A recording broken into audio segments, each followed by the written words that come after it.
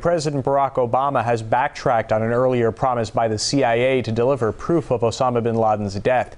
Despite differences of opinion at the top, in the U.S., the president said the images of the al-Qaeda leader's corpse will not be released to the public. He said it couldn't cite further violence and be used as a propaganda tool.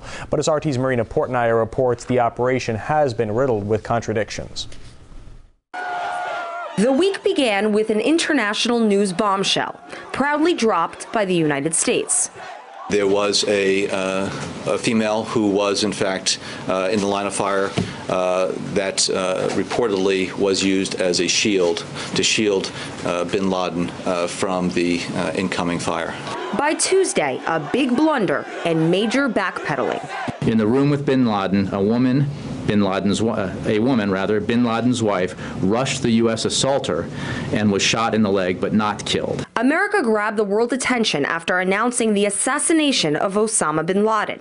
Yet failing to get the facts straight, the U.S. has also facilitated a rapid rise of conspiracy theories. What they did is they told a bunch of different stories. They took some stories back, and they've just fed the conspiracy machine. They've poured oil on a fire.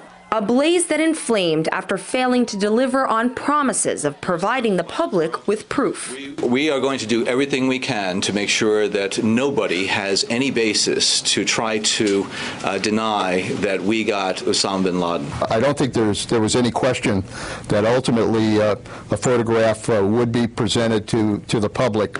We have no need to publish those photographs to establish that Osama bin Laden was killed. U.S. President Barack Obama refused to release any visual evidence confirming bin Laden's death for fear it would be used to spark anti-American violence. Critics say this leaves the public with more questions than answers.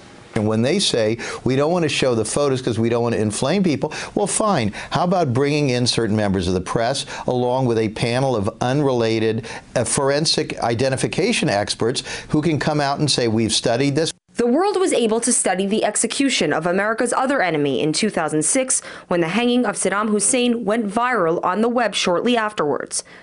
Meanwhile, bin Laden's expedited sea burial has been the target of conspiracy, an act U.S. officials say was done in keeping with Muslim tradition. It was determined that there is the requirement in Islamic law that individual be buried within 24 hours. As many have noted, Washington broke its own rule when the bodies of Saddam Hussein's sons were embalmed and held for 11 days after being killed by U.S. forces. There are so many inconsistencies in all of this that it's incumbent upon the Obama administration to be as forthcoming as they can be about exactly what they do and do not know and did not know. Or in this case, know what to say before you speak. I'm doing it again. Just 1 week ago, it was Barack Obama at the center of a 2-year conspiracy that died down once America's leader released his birth certificate.